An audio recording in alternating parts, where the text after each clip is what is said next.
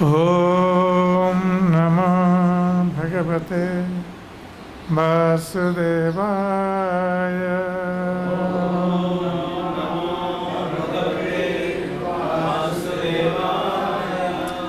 ॐ नमो भगवते वासुदेवाय।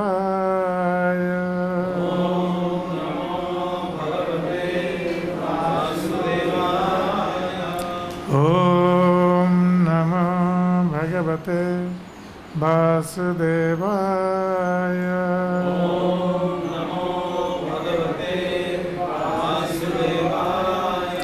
नारायणं नमस्कृत्य नरं चैव नरोत्तमं देवीं सरस्वतीं व्यासं ततो जयमुदीरये। नष्टप्रायेषु अभद्रेषु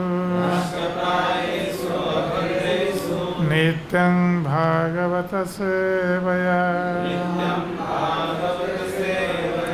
भगवती उत्तमश्लोके भक्तिर्भवति नैष्ठिकी। मूकं करोति वाचालं पङ्गुलं गयते गिरिं यत्कृपातमहं वन्दे श्रीगुरुं दीनतारिणं श्रीपरमानन्दमाधवम्।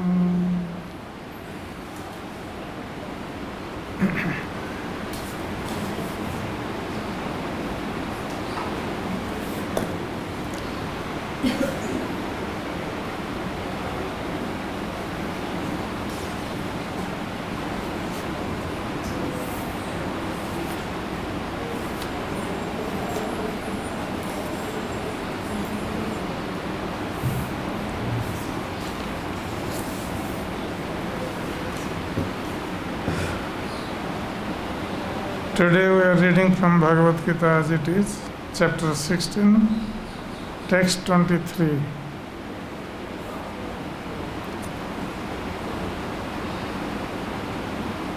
यः शास्त्रविधिम् उत्सृज्य वर्तते कामकारतः न स सिद्धिं अवाप्नोति न सुखं न परं गतिं। यह anyone who shastra vidhim, the regulations of the scriptures, utsrujya, giving up, vartate, remains, kamakaratah, acting whimsically in lust, na, never, sa, he, siddhing, perfection, avapnoti, achieves, na, never, sukham, happiness, na, never, param, the supreme, gatim, perfectional stage. Translation and purport by His Divine Grace, A.C. Bhaktivedanta Swami Srila Prabhupada. Translation. He who discards scriptural injunctions and acts according to his own whims attains neither perfection, nor happiness, nor the supreme destination. Please repeat. He who discards scriptural injunctions and acts according to his own whims attains neither perfection nor happiness nor the supreme destination. Purport. As described before, the Shastra Vidhi or the direction of the Shastra is given to the different castes and orders of human society. Everyone is expected to follow these rules and regulations. If one does not follow them and acts whimsically according to his lust, greed, and desire, then he never will be perfect in his life. In other words, a man may theoretically know all these things, but if he does not apply them in his own life, then he is to be known as the lowest of mankind. In the human form of life, a living entity is expected to be sane and to follow the regulations given for elevating his life to the higher platform. But if he does not follow them, then he degrades himself. But even if he follows the rules and regulations and moral principles and ultimately does not come to the stage of understanding the Supreme Lord, then all his knowledge becomes spoiled. And even if he accepts the existence of God, if he does not engage himself in the service of the Lord, his attempts are spoiled. Therefore, one should gradually raise himself to the platform of Christian consciousness and devotional service. It is then and there that he can attain the highest perfectional stage, not otherwise. The word kamakarata is very significant. A person who knowingly violates the rules acts in lust. He knows that this is forbidden, but still he acts. This is called acting whimsically. He knows that this should be done, but still he does not do it. Therefore, he is called whimsical. Such persons are destined to be condemned by the Supreme Lord. Such persons cannot have the perfection which is meant for the human life. The human life is especially meant for purifying one's existence. And one who does not follow the rules and regulations cannot purify himself, nor can he attain the real stage of happiness.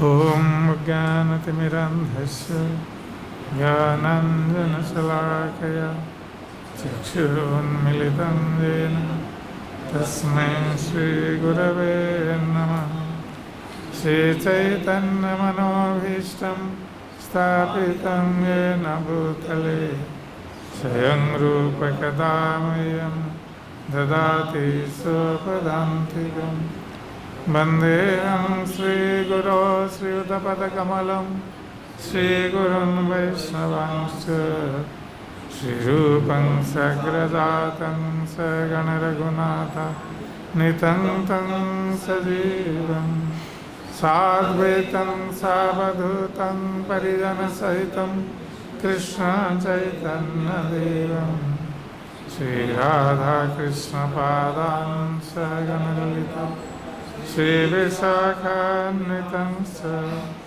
He Krishna Karuna Sindhu Dinabandhu Jagatpate Gopesha Gopika Kanta Radha Kanta Namastute Tapta Kantana Gaurangi Radhe Vrindavaneshwari Vishavanasate Devi Pranamami Hari Priya Vancha Kalpatarugasa Kripasindhu Devacha Patitanam Pavanebhyo Vaishnavebhyo Namo Namaha Namo Mahabhadanaya Krishna Prema Pradayate Krishnaya Krishna Chaitanya Namne Gauratise Namo जय श्री कृष्ण चैतन्य प्रभु नित्यानंद श्री अद्वैत गदाधर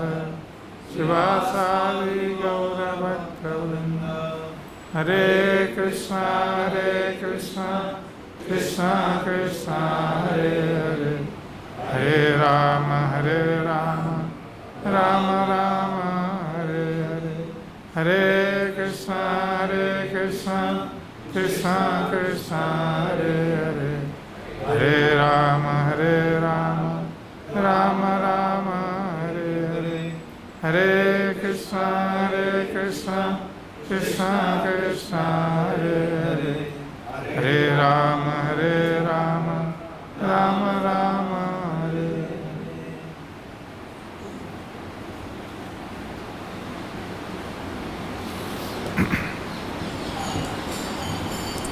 यह शास्त्र विधि उत्सृज्य वर्तते कामकारतः न स सिद्धिं अवाप्नोति न सुखं न परांगति। So here in this verse of Bhagavad Gita, Lord Krishna explains that when someone does not follow the scriptural injunctions and acts whimsically, how he will not attain the perfection in life, neither perfection nor happiness nor the supreme destination. These scriptures are meant to guide human beings. That's why the Supreme Lord has given the instructions according to Varna and Ashrama. In the Varnashram society, there are 4 Varnas and 4 Ashrams, and all the Varnas and Ashrams have different duties to perform. And these instructions given to different Varnas and Ashrams are meant to purify one's existence. That's why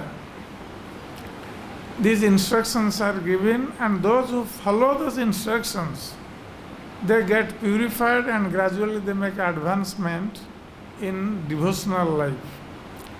So here Prabhupada states in the purport that though these rules and regulations are given for different varnas and ashrams in the society,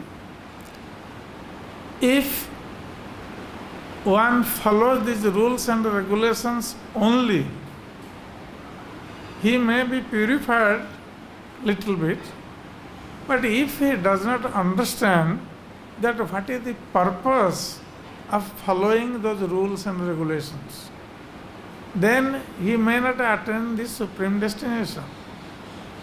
As it has been stated that Sansiddhi Haritosana,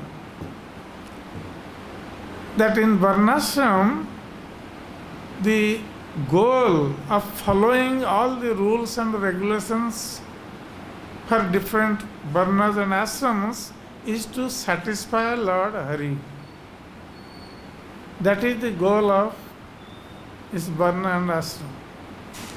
So if someone is following the rules and regulations, so he may be purified, but if he does not come to the understanding that Krishna is the Supreme Personality of Godhead, then only mere following rules and regulations will not help him. That's why we see that there are many scholars, Vedic scholars. They study Vedas, they study different scriptures, but they don't accept Krishna as the Supreme Lord.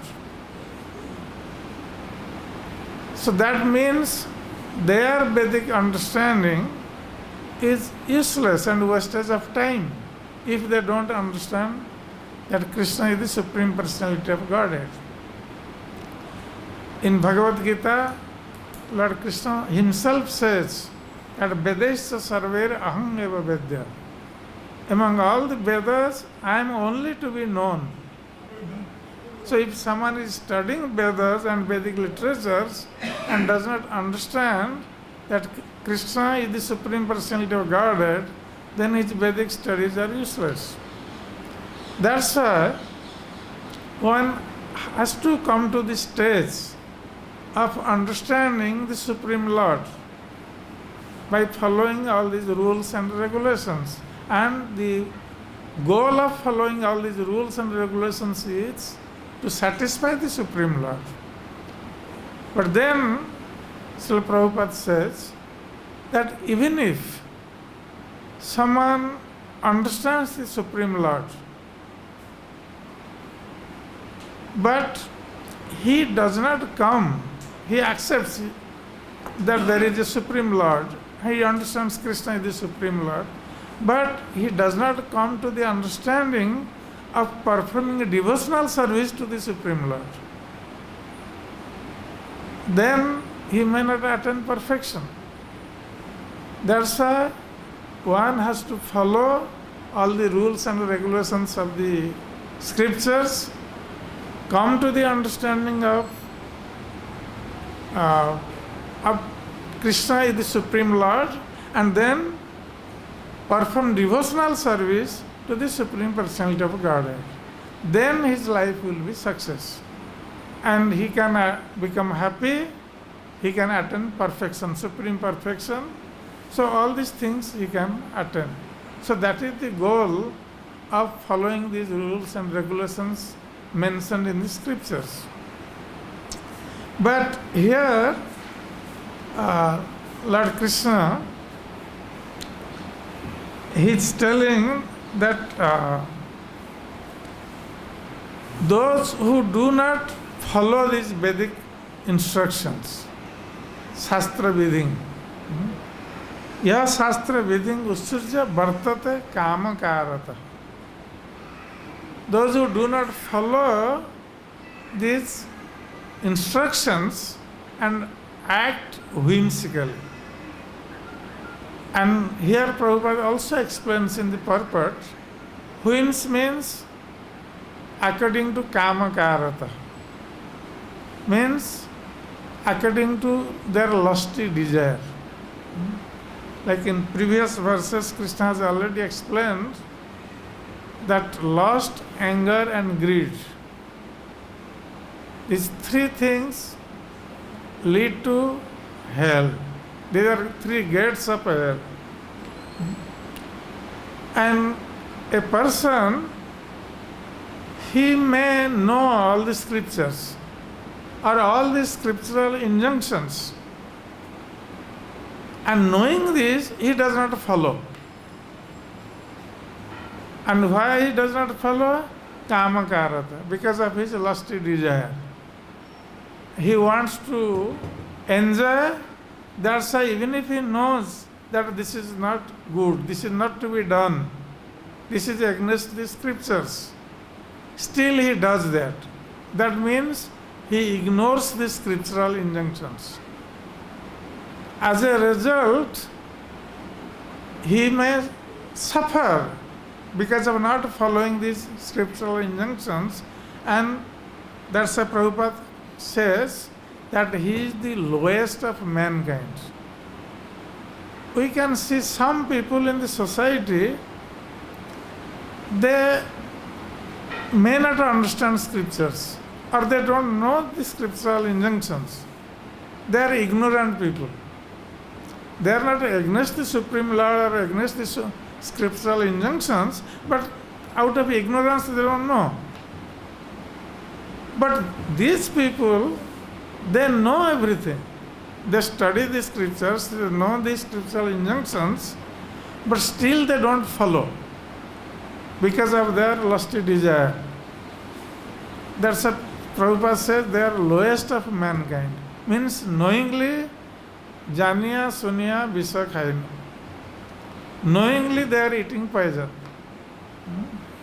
So this is the state of affairs. That means they are to be punished more than the people, those who are ignorant. They don't know. That's why they are committing sinful activities. But those who are knowingly committing sinful activities, they have to be punished more. And this is also described in Srimad Bhagavatam. When Sukadeva Goswami is describing about the hellish planets to Maharaj Parikshit. So, he is describing there how people, those who know the scriptures but don't follow, they are to be punished more than the ignorant people. So here, Vartate Kamakaratah. So Srila Prabhupada says that because of this kama, lusty desire, that means when lusty desire is not fulfilled, anger, then greed, all these things follow. So in that state, a person is actually knowingly committing sinful activities. Means he is not following the scriptural injunctions. And these scriptural injunctions are meant to understand Krishna and perform devotional service and make one's life perfect by going back to Godhead. But those who ignore the scriptures and act whimsically, they will neither attain siddhi, perfection, or sukham, or happiness, and paramgati, the ultimate destination, means attaining the Supreme Personality of Godhead or His abode. So,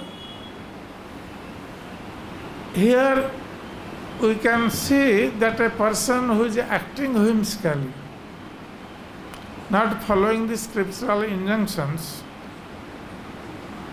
and he is doing this to attain some happiness, material happiness. But that material happiness has a beginning and has an end. Like Krishna also says in Bhagavad Gita in another place. Adyantavanta kaunteya natesu ramate buddha. Yehi sansparsada bhoga dukkha yonaya evate adyantavanta kaunteya natesu ramate buddha. So this material happiness derived from sense enjoyments. So this happiness has a beginning and has an end. That means this material happiness is not eternal. And this material happiness is followed by distress. And that we all see in the material world.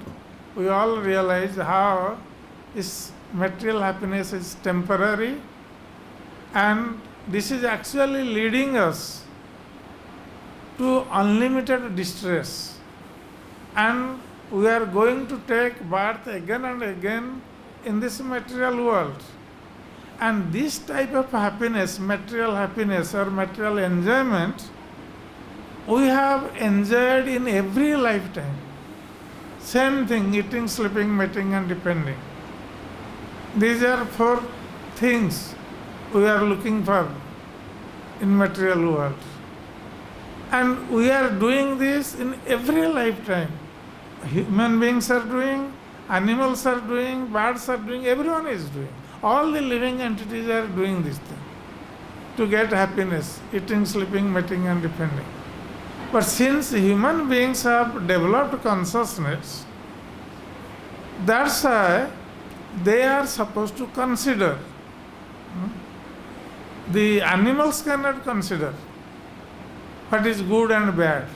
They will act according to their habit. But human beings, they are, since they have developed consciousness, they are supposed to consider what is good and bad. And they should act accordingly.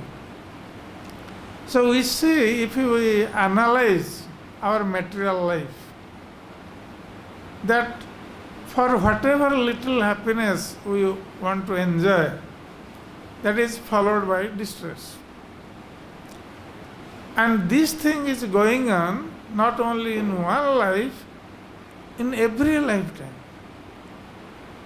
We are doing the same thing, eating, sleeping, mating and defending in every lifetime, and still we have not been satisfied.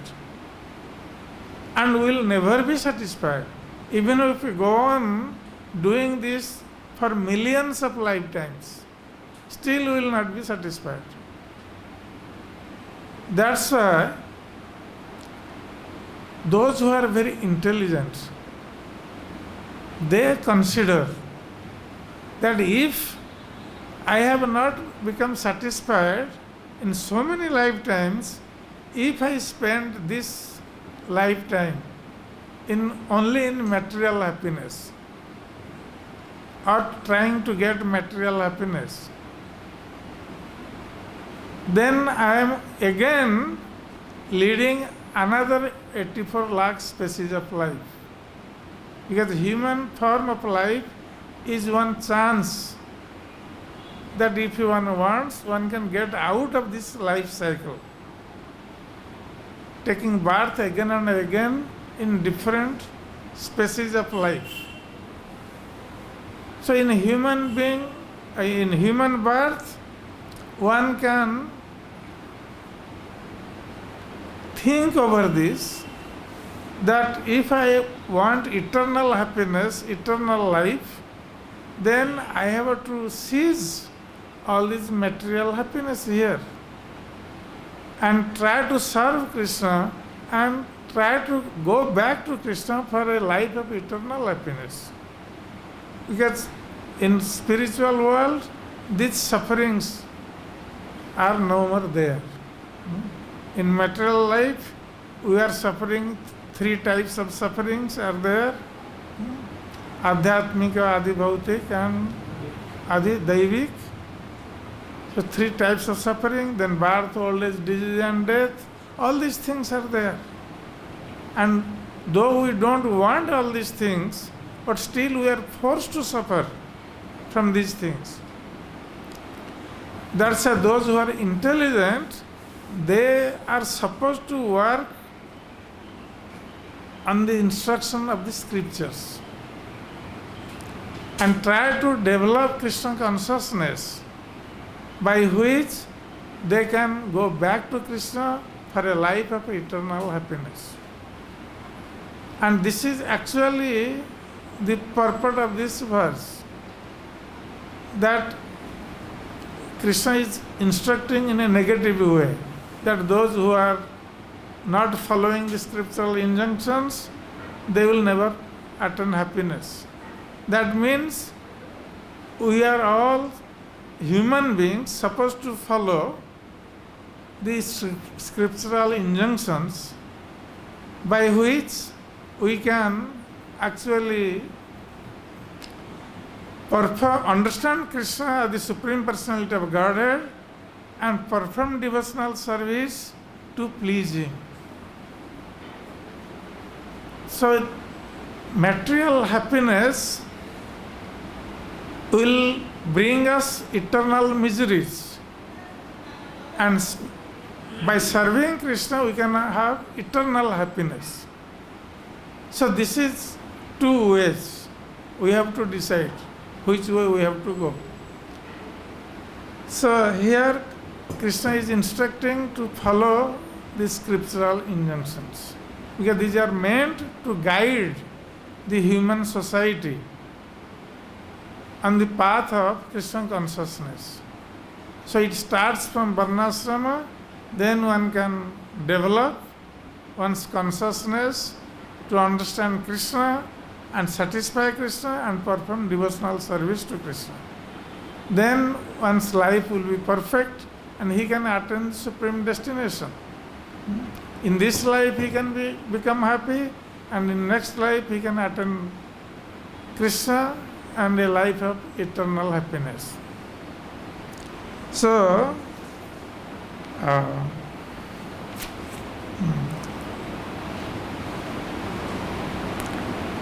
So here Prabhupada says this human life is especially meant for purifying one's existence, and one who does not follow the rules and regulations cannot purify himself, nor can he attain the real stage of happiness. That's why the human beings are meant to purify one's existence instead of entangling one in karmic way of life. Because when we act whimsically for material sense gratification, then we become entangled in karmic reactions. We perform sinful actions and then we get the reaction of the sinful activity, and then while getting the reactions of sinful activity, again we perform action, and then again we become entangled. In this way, this entanglement goes on, life after life. And to get out of this entanglement, only thing that we perform devotional service, then there is no reaction. In material activity, there is reaction. But when we perform for Krishna service, then there is no reaction. And that is the way actually to purify oneself and become freed from these karmic reactions, by which we can purify ourselves and perform Krishna consciousness and go back to Krishna. So here we will stop. If we have any questions, we can discuss. Question. Different class. My question is that in Bhagavad Gita 9th chapter, text number 30, Krishna says that Apichetsu duracharo bhajante manavanyamha sadhureva samyak vyavasita hissa. So even if my devotee sometimes performs any sinful activities, still he is considered to be a devotee. So now this particular verse, is this not applicable to devotees, or devotees are excluded from this? Because from this verse it sounds that Krishna is assuming that even if he does not follow the scriptures, still he is a devotee. No. Krishna is not telling that even if he does not follow the scripture. Devotees are meant to follow the scriptures. Devotees, they cannot go against the scriptures, or they cannot perform sinful activity by ignoring the scriptures. But when Krishna says apichat sudurachara bhajante mang ananyabhak, that even if someone is durachari, means sinful person, but if he always bhajante mang, if he worships me, thinks about me, performs devotion to me, then sadhureva samantavya. He can be considered sadhu. In next verse he says, Kshiprang bhavati dharmatma, saswat santi nigatsati. So even if someone is very sinful, if he performs devotional service, thinks about Krishna, try to do some service for Krishna, then he is to be considered a sadhu. Because by doing this, very soon he will become a dharmatma. So that means his sinful reactions will disappear and he will no more do sinful activity. That means anyone can perform devotional service to Krishna. Whether someone is a very sinful person or whatever, everyone has the right to perform devotional service. So we cannot see people's last life. Sometimes someone has become a devotee and we hear about his last life, or he did this, he did that. So we cannot consider that devotee that he is a sinful person. Because he has now accepted Krishna and trying to perform devotional service, so now he has become Dharmatma. Means he has been purified from those sinful reactions. So we cannot call him a sinful man. That's why Krishna says, sadhu reva samanteva. He should be considered a sadhu, no more sinful person. Because by doing this, very soon he will become Dharmatma. He will no more perform sinful reactions, a sinful activity. So that does not mean that devotees are excluded from this. Devotees are supposed to follow the scriptural injunctions.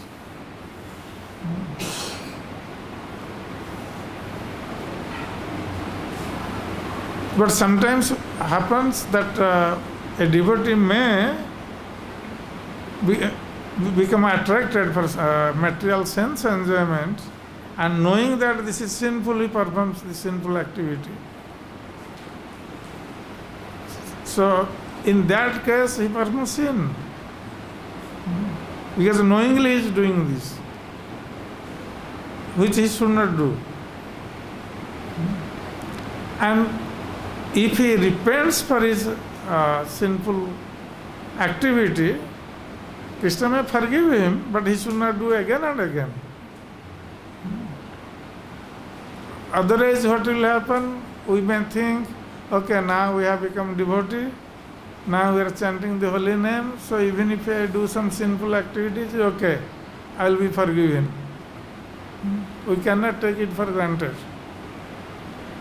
Because Krishna is watching us. He is also within our heart. And he also knows our mentality. So, we cannot cheat Krishna. In case of devotees, will he get reactions or will he get punishment from Krishna? Actually, Yamaraj has no jurisdiction on devotees. Those who have become Krishna's devotees, Yamaraj has no jurisdiction on them. So Yamaraj cannot punish a devotee. Only Krishna can punish a devotee and teach him and rectify him. Rectify his sinful mentality if a devotee develops that type of mentality. Krishna will put him in trouble and give him some lesson. Then he will be rectified. But Yamaraj cannot do that.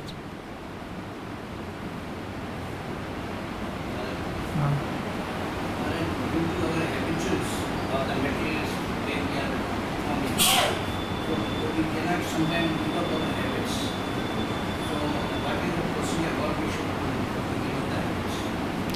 It's a sinful habits, you mean? Yes. Oh. Okay. Even if we have sinful habits, at least we should try to stop that, and if you cannot stop, at least you repent for those sinful habits and pray to Krishna to give you strength to control that. You always pray to Krishna and repent for that always. And then take shelter of the holy name. But we have to pray to Krishna to give his mercy so we can stop our sinful habits and develop affection, a love for the lotus feet of the Lord. We should, because of our sinful habits, we should repent always, cry for that, cry in front of Krishna for help, ask him for help, for his mercy, and take shelter of the holy name. That much we can do at least. And we try whatever way we can do, understanding that I have this bad habit, so I want to give it up. but we have to give it up. Not that we can go on continuing.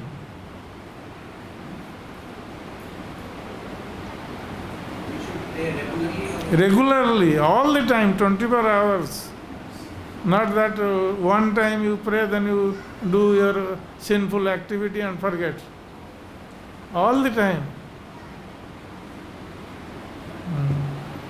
Next.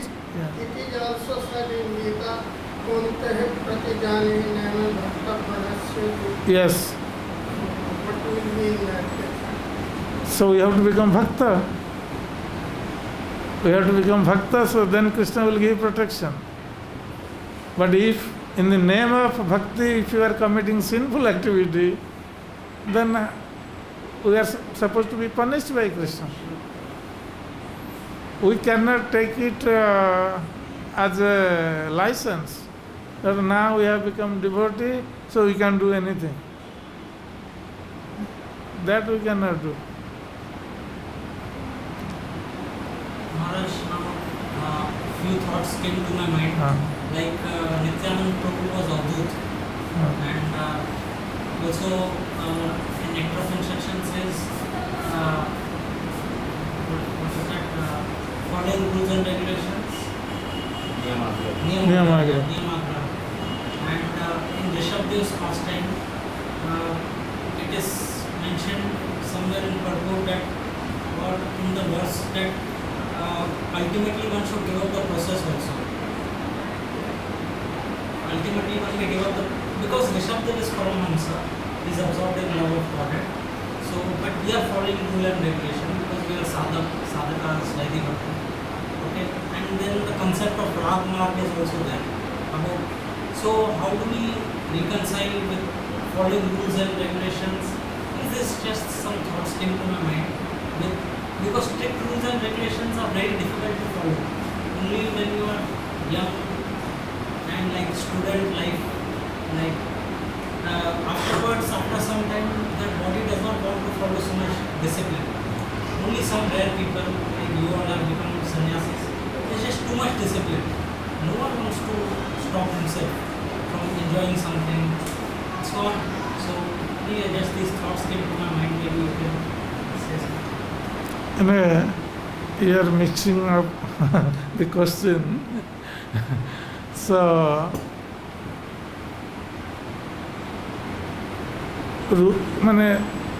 one side you are telling it is too much to follow rules and regulations, that means the enjoying spirit is still there. That you mean. And then you say Raganuga Bhakti. So this is a little mixed up. But anyway, Raganuga Bhakti will come when by following all the rules and regulations strictly. And we become purified in heart.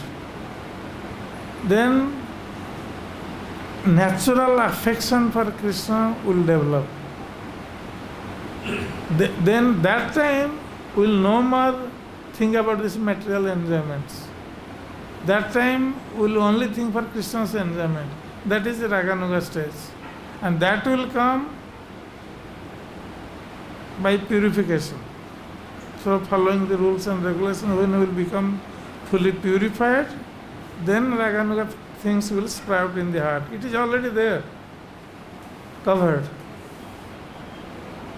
But this enjoy, suppose a devotee has become very old and he is unable to follow all these strict rules and regulations. You mean that, I think?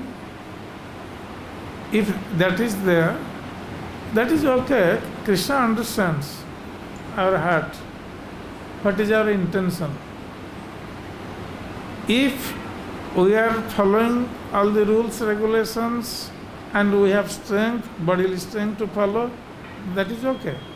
But if we are bodily unable to follow sometimes, then Krishna also understands that we have no other desire for enjoyment, but only because of our bodily problem we are unable to follow certain rules and regulations like fasting.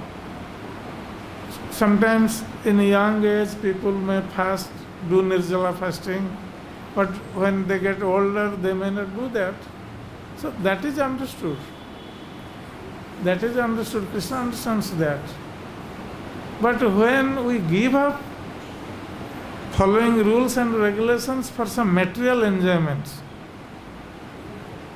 then that is a stumbling block in path of devotional service. If we are neglecting rules and regulations for material enjoyment, then we are stuck there. We cannot make advancement.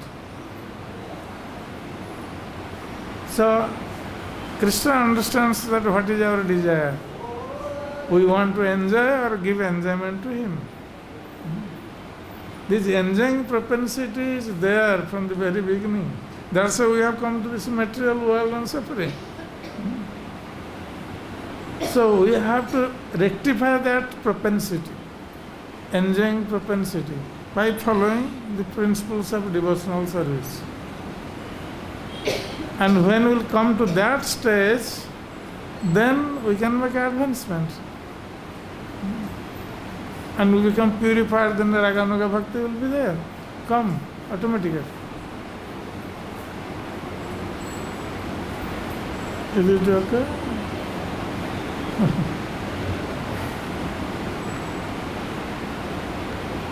Okay. Any other question?